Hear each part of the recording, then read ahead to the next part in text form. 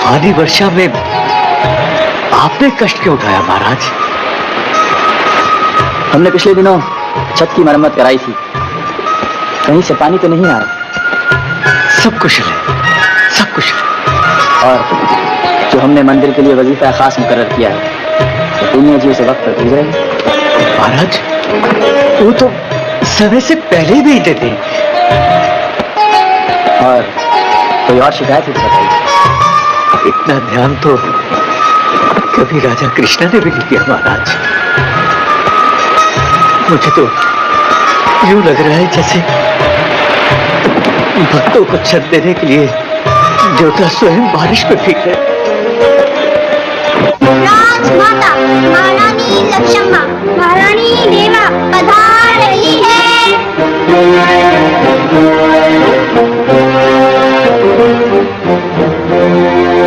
करबल राव, एक युग बीत गया है ये तमाशा देखते हुए। राज सिंहासन हमारा और बैठा कोई और है। महारानी देवाजीवनी, धीरज धरे, बहुत जल्द हटा दिया जाएगा उसे राज सिंहासन से। तू तो न जाने कब से यही राग अलाप रहा है। महारानी लक्ष्मम्मा, भगवान से सबको आशा है, ज्ञान तो उसकी भाषा है, परंतु हर काम का एक समय होता है। ज्ञानी रामदास, मत सुना हमें लोरियां। वो समय अब कभी नहीं आएगा। अगर हैदर अली को मरना होता तो वो उसी समय मर जाता, जब वो सेरिंगापट्टम से फरार हुआ था, रात के अंधेरे में अपने बीवी बच्चों को छोड़कर। उस वक्त इतना सा था टीपू, अब देखो सबोलिया जवान होकर पूरा नाक बन चुका है। और अब अगर एक नाक मर भी जाए तो क्या होता है, दूसरा तैयार खड़ा है। अब तो ऐसा लगता है जैसे देवता भी उसी का साथ दे रहे हैं। महारानी, देवताओं का काम तो देवता ही जाने, परंतु मैंने जो हैदर अली की जन्म कुंडली बनाई है, इसमें साफ साफ लिखा है कि बहुत जल्द एक युद्ध होगा। हैदर अली को बेड़ियां पहनाई जाएंगी और फिर उसे कत्ल कर दिया जाएगा। ज्ञानी रामदास, अगर ऐसा हो जाए तो हम तुझे सोने में तोल देंगे। ऐसा इनाम देंगे कि पूरा संसार देखेगा। इनाम तो मांगूंगा महारानी, पहले मेरी भविष्यवाणी तो पूरी हो जाए।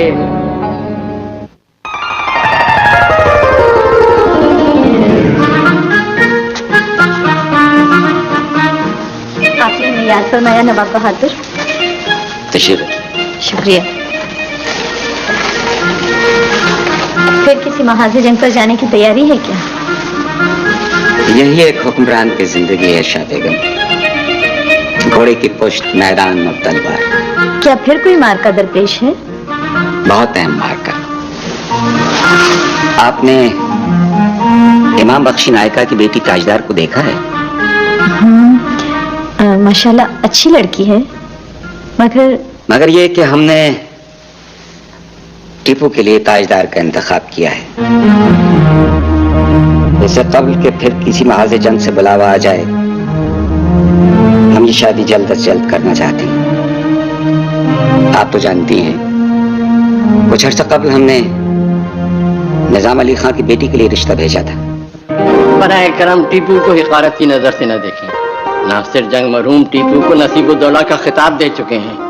आप खानदानी अजमत को कुर्बान कर देना चाहते हैं? पर हम ना हो बेगम, ऐसे मामलात पर ठंडे दिल से गौर किया जाता है। रियासत मैसूर और रियासत हैदराबाद का इत्तेहाद हमारे लिए सूदमंद साबित हो सकता है।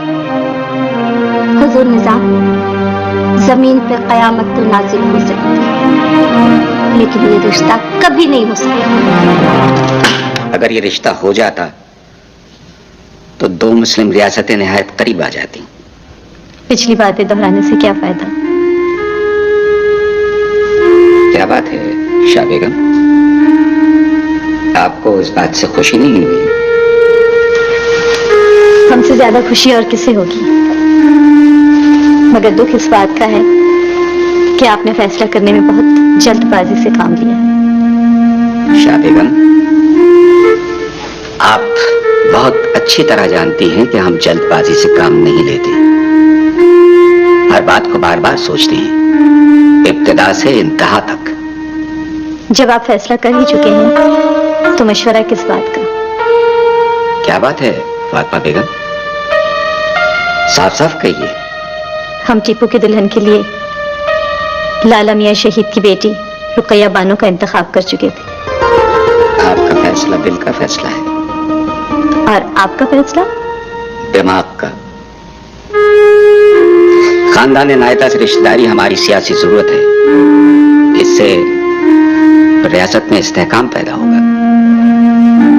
शादी सियासी जरूरत नहीं होती नवाब बहादुर, इससे जज्बात का तवाज़ुन बिगड़ जाता है। फातिमा बेगम, हमसे नाराज होकर तो न जाइए। हम क्या, हमारी नाराजगी क्या? अस्सलाम बाबा से बैठे रहो। बेटे, आज मैं तुमसे कुछ जरूरी बातें करने आया। ये याद रखो कि इक़्तिदार कायम रखने के लिए कलम की नहीं तलवार की जरूरत होती है। तुम्हारी तलवार की धार जितनी तेज होगी, दुश्मनों की गर्दनें उतनी ही कमजोर होती जाएंगी। आपके तजुर्बे की रोशनी हमेशा हमारी रहनुमा रहेगी। जो लोग तलवार रख देते हैं, उनसे कलम भी छीन लिए जाते हैं। ये बात कभी फरामोश न करना कि मदरसों और कुतुबखानों की हिफाजत भी तलवार ही करती है।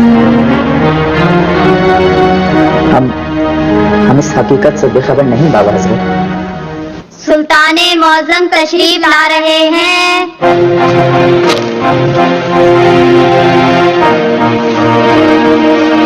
बड़े नाजो न्याज हो रहे हैं माँ बेटी में। अस्सलाम वालेकुम बाबा हज़रत। जीती रहो। बाबा हज़रत, अम्मी हुजूर के सर में शदीद दर्द है। आप ऐसा कीजिए, किसी कनीज को भेजकर हकीम अखलाकी से दवा मंगवा लीजिए। इतनी देर हम शाह बेगम की मिजाज पुरसी करते हैं। शाह बेगम, आपने तो एक दिन में अपने आप को बरसों का बीमार बना लिया। आप एक दिन की बात करते हैं, जलजला तो एक लम्हे में फेरो सबर कर देता है। हमें जहां तक याद है, हमारे किसी फैसले से आपने इख्तिलाफ नहीं किया। अब भी नहीं करेंगे। दिल का फैसला रुकैया बानो की तरफ है और दिमाग का फैसला ताजदार बेगम की तरफ। ये तो हालत जब्र है। इससे ज्यादा हमें अपने आप पर इख्तियार नहीं है। तो फिर ऐसा कीजिए, हम आपके दिल का फैसला मान लेते हैं, आप हमारे दिमाग का फैसला तस्लीम कर लीजिए। हम कुछ समझे नहीं। दोनों निकाह एक ही रात में होंगे। रुखसती पहले ताजदार की होगी। हमारे फैसले से टीपू को आगाह कर दीजिए। यहाँ भी जीत आप ही की हो, और क्यों ना हो। नवाब बहादुर, नवाब बहादुर। हमारी जीत थी, आप ही की जीत है। शुक्रिया। फतेह अली, मेरे करीब आओ। उस्ताद मोहतरम, आपने याद फरमाया। अपने दोनों हाथ फैलाओ।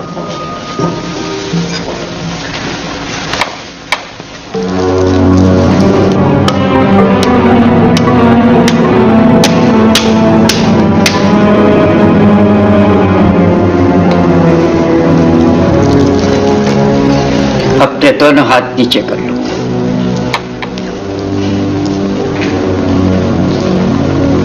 शहजादे, क्या तुम जानते हो कि मैंने तुम्हें क्यों सजा दी?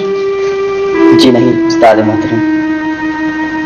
तुम्हारी कोई खता नहीं थी, मगर फिर भी मैंने तुम्हें मारा। खता के बगैर सजा देना और हद से बढ़ जाना, इसी को जुल्म कहते हैं। और जुल्म इतना बड़ा गुनाह है कि अल्लाह जालिमों को हिदायत नहीं देता।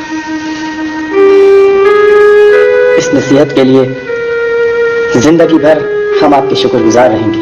नहीं, ये नसीहत नहीं, तुम्हारा आखिरी सबक है। और मुझे उम्मीद है कि तुम ये सबक कभी फरामोश नहीं करोगे।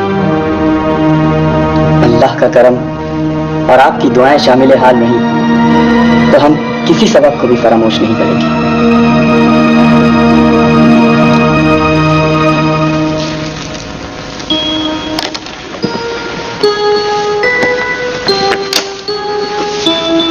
नजर सुल्तानी पेश करने के लिए इस फकीर के पास इस मामूली कपड़े के सिवा कुछ नहीं।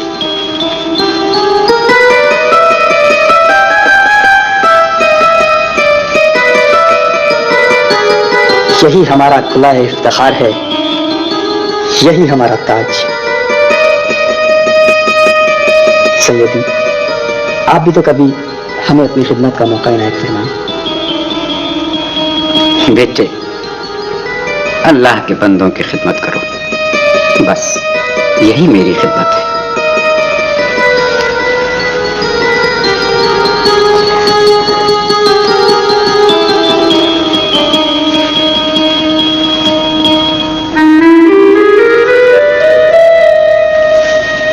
सदा रहे नाम अल्लाह का,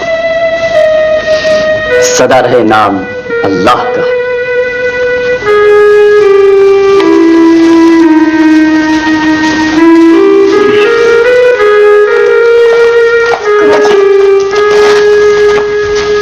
ज्यादा चोट तो नहीं आई? ये इल्म और हिकमत के वो फूल हैं जो नसीबों वालों को मिलते हैं। कुंवर जी, क्या बात है सरिता? आज के बाद तो आप आएंगे नहीं। मुझे आपसे कोई काम पड़ गया तो मंदिर की किसी दासी को भेज देना। मैं तो खुद दासी हूँ, मैं किसे भेजूंगी? तो फिर तुम खुद चले आना। तुम्हें राजमहल में आने से कौन रोकेगा? कुंवर जी,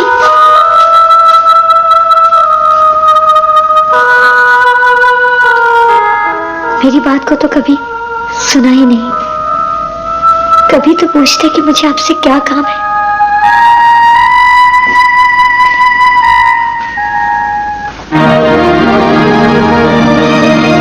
कुछ भी हो इमाम साहब, ये रिश्ता मुझे मंजूर नहीं है। कहाँ हम, कहाँ हैदर अली? भाई साहब, नवाब बन जाने से इंसान खानदानी नहीं हो जाता। हम अरब हुक्मरानों की औलाद और वो एक मामूली सिपाही जिसे वक्त की गर्दिश ने ताज शाही पहना दिया। बदरुज़्ज़मा, मत करो ऐसी बातें, मत करो कि मुसलमान हजारों टुकड़ों में तकसीम हो जाएं। मुंदरिस में क्या हुआ था जानते हो? कुछ खबर है कि मुसलमानों के 800 साला इख्तिदार का खात्मा किस तरह हुआ था? कुछ अंदाजा है? ईसाई पादरी यहया ने तफरीक का यही बीज बोया था मुसलमानों में कि तुम अरब हो और तुम अजमी हो और तुम ईरानी हो और तुम तुर्की हो और तुम हिंदी हो। और ये मुसलमान कितने गुरुओं में पट गए। मैं तुमसे पूछता हूँ बदरुज़्ज़मा, आखिर फरंगियों के कब तक आलाकार बनते रहोगे? कब तक बने रहोगे उनके आलाकार? भाई साहब, आप मुझे तारीख मत सिखाएं। आपकी 1000 दलीलों के बावजूद मुझे ये रिश्ता पसंद नहीं। बदरुज़्ज़मा, बुजुर्गों से बात करने का सलीका सीखो। कान खोल के सुन लो, ना मैं तुमसे इजाजत मांग रहा हूं और ना मशवरा। मैं सिर्फ तुमको इत्तला दे रहा हूं, बस। तो फिर आप भी एक बात गौर से सुन लीजिए भाई साहब। अगर ये शादी हुई तो खानदान नायता के तमाम अफराद आपसे तर्क ताल्लुक कर लेंगे, तन्हा रह जाएंगे आप। बदरुज़्ज़मा, मुझको ये इज्जत खानदान नायता ने नहीं बल्कि मेरे अल्लाह ने बख्शी थी। कल भी मैं उस ज़ात पाक के साए करम में था और आज भी हूं और कब्र में भी रहूंगा। तो फिर बेच दीजिए कबीले की इज्जत को। तुम आज मुझे कबीले और इज्जत का मफहूम समझाने आए हो। तुम वो दिन भूल गए जब मैंने नवाब बहादुर से कह के तुम्हें हैदरनगर का गवर्नर बनवाया था? भूल गए वो दिन? आज उसी मौसम आंखें दिखा रहे हो, मुझको मेरे ही घर में जलील करने आए हो, मेरे ही फैसले पर नुक्ताचीनी कर रहे हो। कैसी मुनाफिकत है ये? कैसी मुनाफिकत है? कभी तुमने अपने ज़मीर से पूछा, सवाल किया? बोलो, जवाब दो। भाई साहब मुझे माफ कर दीजिएगा। कौमियत के नशे में थोड़ी देर के लिए मुझे गुमराह कर दिया था। अजीजम,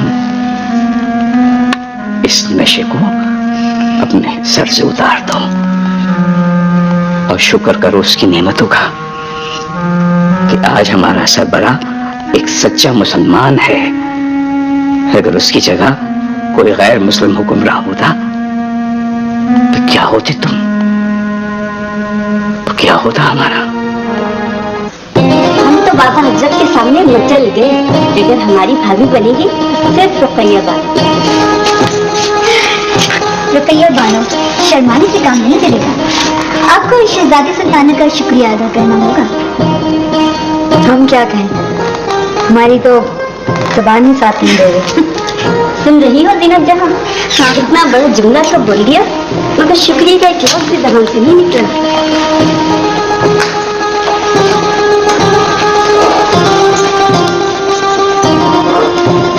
लड़कियों, आप थोड़ी देर के लिए बाहर जाएंगी?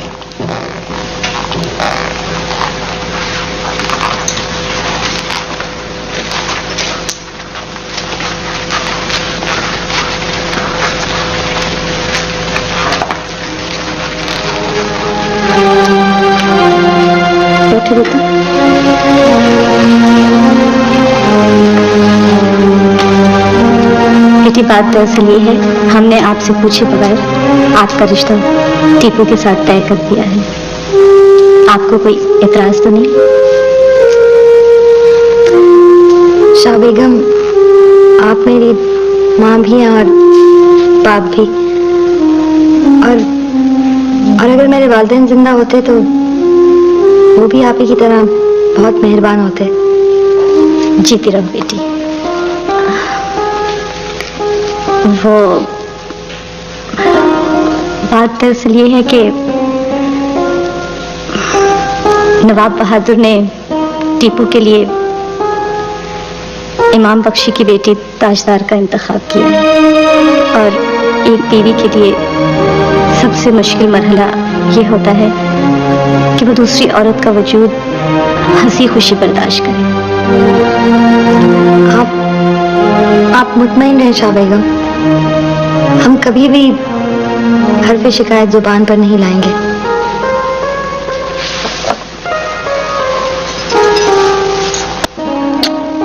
शादो आबाद रहो, हमें आपसे यही उम्मीद है। जगाने रोज का अमृत पे आफ्ता नब्बा इब्न नब्बा बखरे ज़मीनो ज़मन शहंशाहे सकन हुजूर पुरनूर निज़ाम अली खान जलवा अफरोज हो रहे हैं।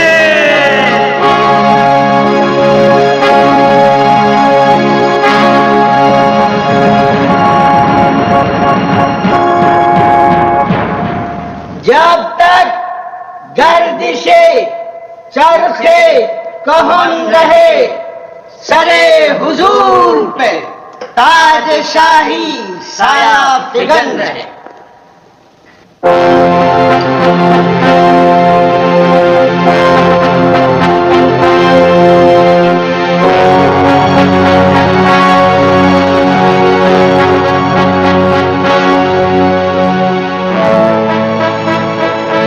साहब तशरीफ लाइए।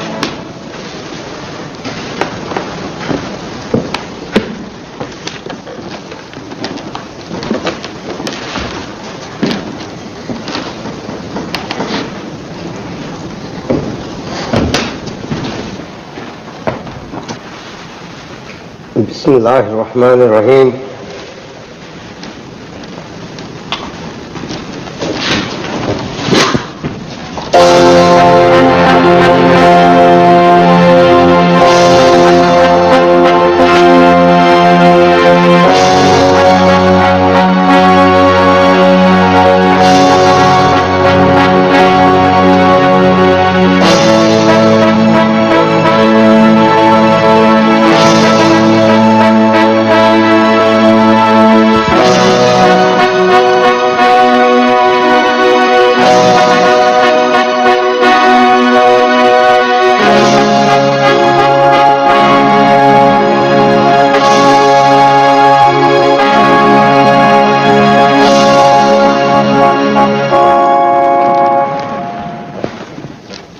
बिस्मिल्लाहिर्रहमानिर्रहीम।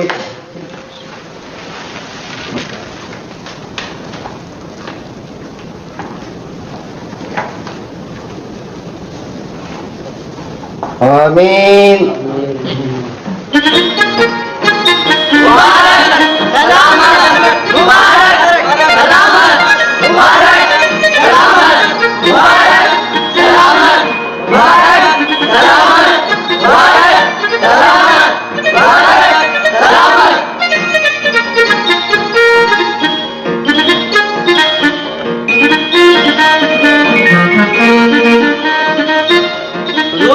नजराने पेश करने की इजाजत दी जाए।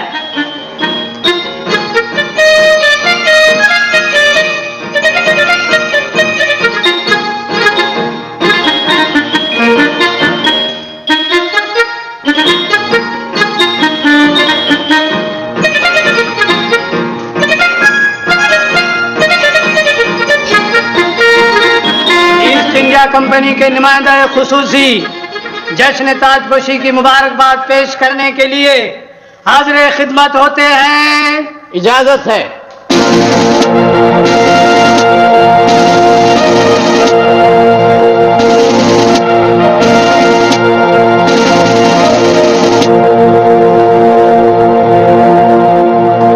Congratulations, Your Highness, वीर निजाम अली खान। तुमको भी मुबारक हो। ईस्ट इंडिया कंपनी बहादुर सर मनरो की तरफ से।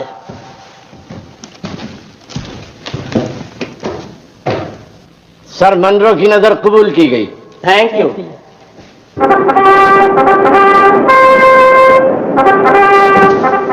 मनरो को लिख दो कि कंपनी बहादुर के काम से सेटिस्फाई नहीं है। सर उसने अपने पिछले खत में लिखा है कि वो निजाम अली खान से दोबारा इत्तेहाद की कोशिश कर रहा है। बहुत देर हो रहा है, वो कचरे की चाल चल रहा है। हम शेर का शिकार करना चाहता है और वो गीदड़ मार रहा है। Yes sir. चलो शिवर, तुमको मालूम जब से हैदर अली ने कर्नल ओट को डिफीट किया है, कंपनी का स्टॉक गिर रहा है day by day. Governor general बेहतर जानते हैं। अब तुम मनरो को क्लियर कट लिख दो कि अगर वो हैदर अली से बदला नहीं ले सकता है तो इस्तीफा दे दे। There is no way and this is first and last warning to him. Yes sir. You may गो।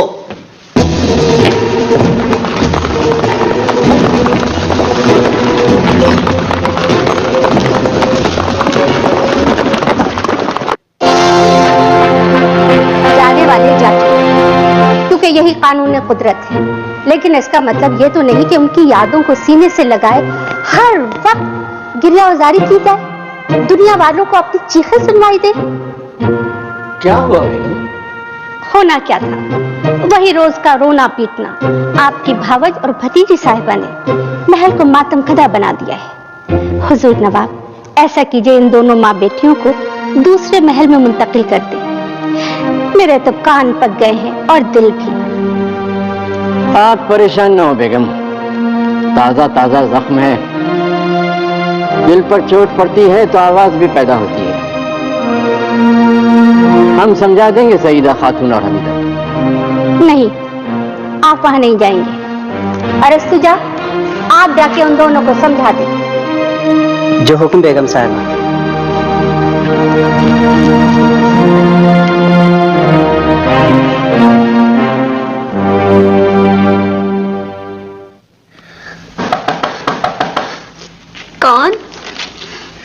शिराजी, तशरीफ लाइए।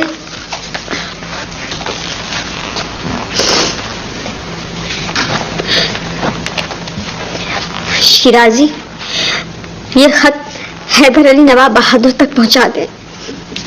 मुतमईन है मलका मुअज़्ज़मा, ये खत शिराजी की जान के साथ है।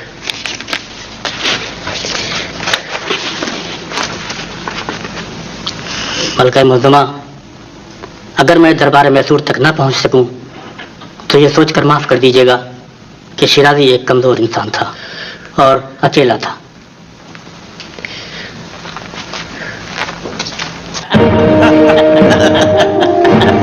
थैंक यू योर हाइनेस, बहुत लजीज खाना था, वेरी टेस्टी। कर्नल स्मिथ, ये एक शहंशाह की दावत है। आज तुम्हें अंदाजा हो गया होगा कि ये नवाब और राजा और शहंशाहों में क्या फर्क होता है।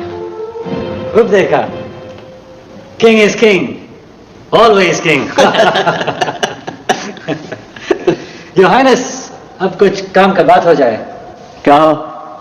कंपनी बहादुर ने आपका काम कर दिया, अब वो अपना मुआवजा मांगता। कौन सा काम? कैसा मुआवजा? योर हाइनेस, अगर वो काम ना होता तो ये जिसने ताजपोशी भी ना होता।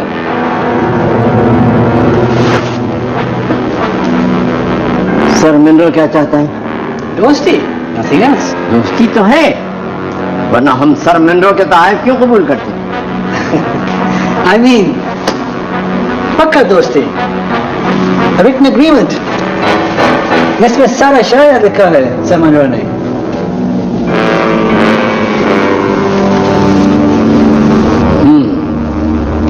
मां अदालत इसे मुलाहिजा करेंगे और अगर जरूरत महसूस हुई तो ईस्ट इंडिया कंपनी के साथ तहरीरी माहिदा भी करेंगे। जरूरत है योर हाइनेस, जरूरत है। जब तक हैदर अली है जरूरत भी है। सर मिनरो को हमारा सलाम कहना और ये भी कहना कि हमारे दिल ईस्ट इंडिया कंपनी के साथ हैं। ओनली दिल नहीं, तलवारें भी your highness. Thank you very much, thank you. Goodbye, good bye.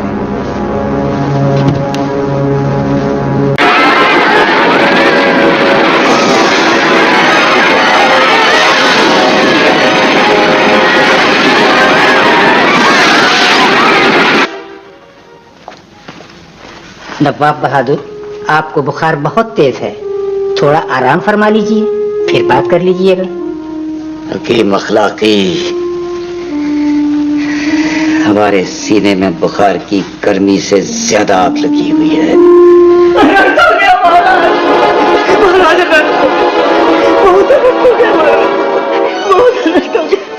पंडित कृष्ण मुरारी, हम सो नहीं रहे हैं।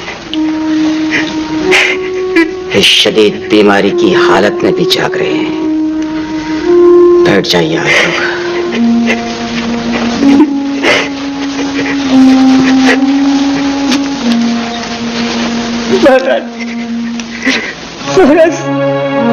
सारा बंदर जलकर भस्म हो गया और कई लोग आग की भेंट चढ़ गए। मारा पंडित जी, साधु संतों के बकौल दिल भी एक मंदिर है, इसीलिए यह आग यहाँ भी लगी हुई है। हम सब जानते हैं नवाब बहादुर, आपने हिंदू मुस्लिम में कभी कोई भेदभाव नहीं बरता। कितने मंदिरों और पाठशालाओं को भेंट देते हैं। पूरा मैसूर जानता है कि देवन हिली के मंदिर को आपने क्या कुछ नहीं दिया। वो हाथी दांत का बना हुआ अनमोल शंख, सारे हिंदुस्तान में उस जैसे शंख मुश्किल ही से मिलेंगे। ये सब आप ही का दान और दया ही तो है महाराज।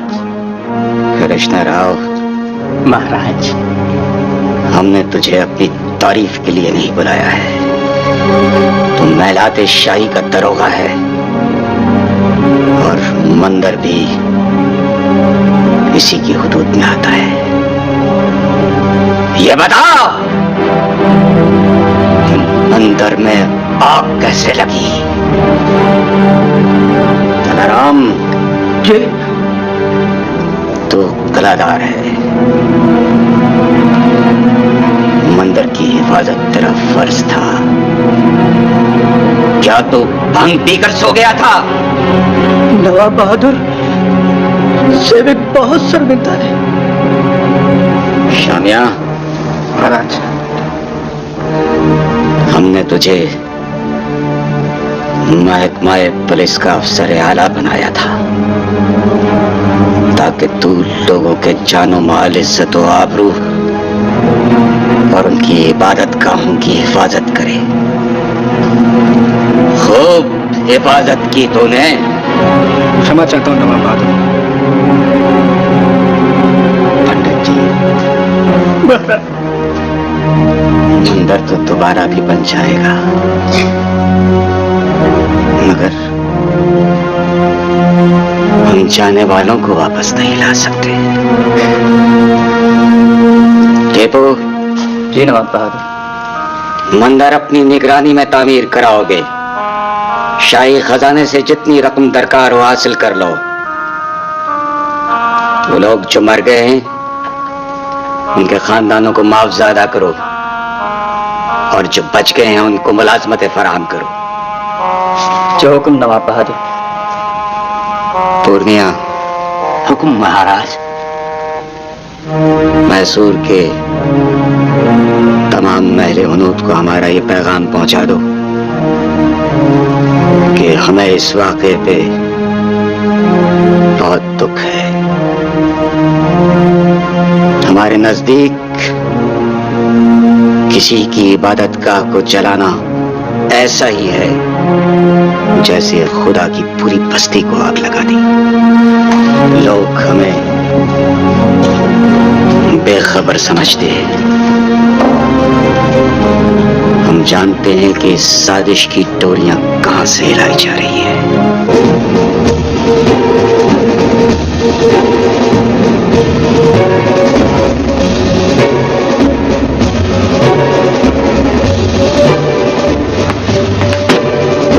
मुबारक हो सर हेक्टर, मुबारक हो। We have achieved complete success in our mission. क्या बात है सर हेक्टर? आप क्या कोई खुशी नहीं हुआ? हम कैसे खुश हो सकते? गवर्नर जनरल वॉरेन हेस्टिंग का खत आया हुआ है, वो हमसे सेटिस्फाइड नहीं है। ओहो, परेशानी का इसमें क्या बात है? गवर्नर जनरल ये चाहता है कि हम हैदर अली पर अभी हमला कर दें। कैसे कर दें? शेर के मुंह में अपना सर दे दें। हमने नासिर जंग को कत्ल करवाया, निजाम अली खान को हैदर अली के अपोजिट खड़ा किया, मैसूर के मंदिर में आग लगवाया, हिंदू को मुसलमानों से लड़वाया, ग्राउंड बना रहा है।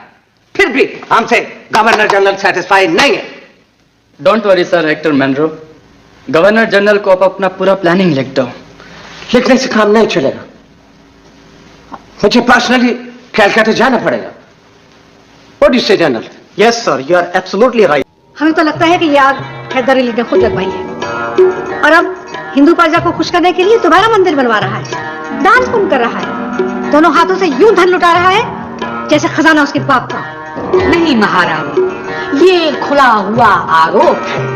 हैदर अली मुसलमान सही, पर दिल का बड़ा दयालु है, वो ये नहीं कर सकता।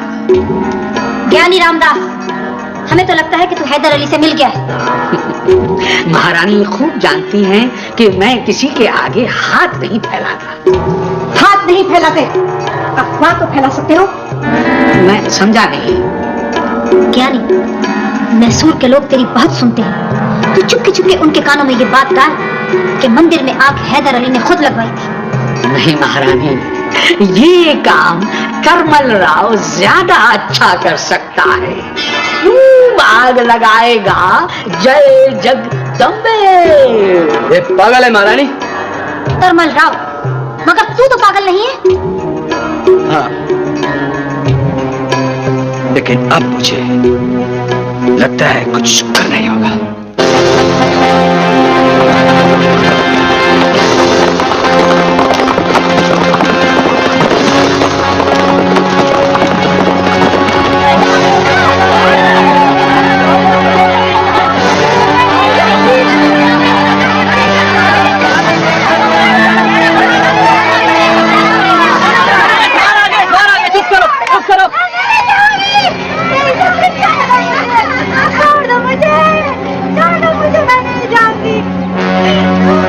प्रणाम कंवर जी, प्रणाम कंवर जी। ये कैसी आवाजें हैं सरिता?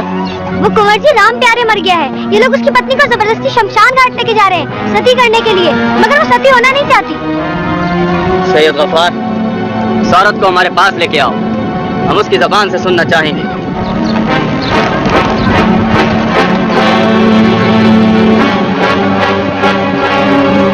राम राम राम राम, इसे जलना ही होगा कंवर जी, हमारे धर्म की रीत है। ये हिंदू धर्म की नहीं, तुम्हारी बनाई भी रीत है। दुनिया का कोई मजहब इंसानी भेंट का हुक्म नहीं देता। छोड़ दे इस औरत को। इस औरत को शहजादे मौसम बुला रहे हैं, आओ मेरे साथ।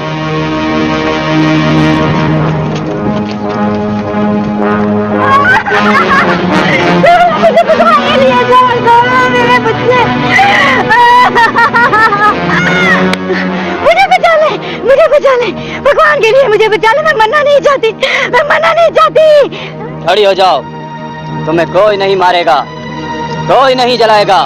मैं मर भी जाती, मगर इन बच्चों को किसके सहारे छोड़ के जाती? इनको रोटी खिलाने वाला तो मर गया है। अब अगर मैं जल भी जाती हूँ तो इनकी दादी इनको पेट डालेगी। कहाँ है इनकी दादी? प्रणाम कंवर जी। तुम्हारी बहू को कोई सती नहीं करेगा, ये हमारा हुक्म है। तुम हमारे पास आना, तुम्हें और तुम्हारे बच्चों को रोटी देना हुकूमत की जिम्मेदारी है। चुप चुप चुप, मेरे पालनहार। खड़ी हो जाओ। पालनहार सिर्फ अल्लाह की जात है। प्रणाम करो कंवर जी को। प्रणाम कंवर जी।